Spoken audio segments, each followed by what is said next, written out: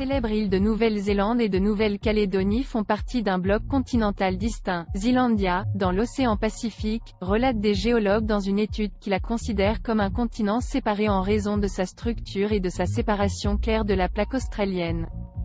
Le continent sous-marin caché de Zealandia a subi un bouleversement au moment de la naissance de la ceinture de feu du Pacifique, écrit Live Science, se référant à une étude menée par un groupe de scientifiques américains qui se sont penchés sur l'histoire de ce territoire. Zealandia est un continent quasi submergé, dont les terres émergées forment principalement la Nouvelle-Zélande et les îles de Nouvelle-Calédonie. Mais malgré son statut sous-marin, Zealandia n'est pas constituée d'une croûte océanique riche en magnésium et en fer. Au lieu de cela, elle est composée d'une croûte continentale moins dense.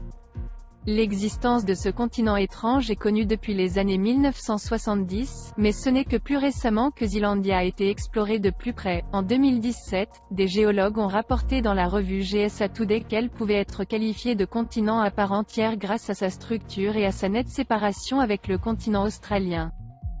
Il y a entre 35 et 50 millions d'années, un processus de collision continentale dans le Pacifique occidental s'est produit. En conséquence, certaines régions de Zealandia ont atteint 3 km de haut, tandis que d'autres sont tombées dans l'océan à la même profondeur. Ainsi, ce continent est la clé pour comprendre comment et pourquoi la ceinture de feu du Pacifique s'est formée.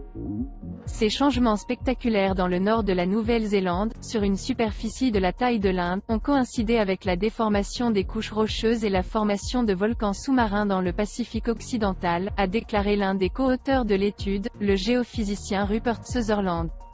L'une des choses étonnantes dans nos observations est qu'elle montre que les premiers signes de la ceinture de feu du Pacifique étaient presque simultanés à travers tout le Pacifique occidental.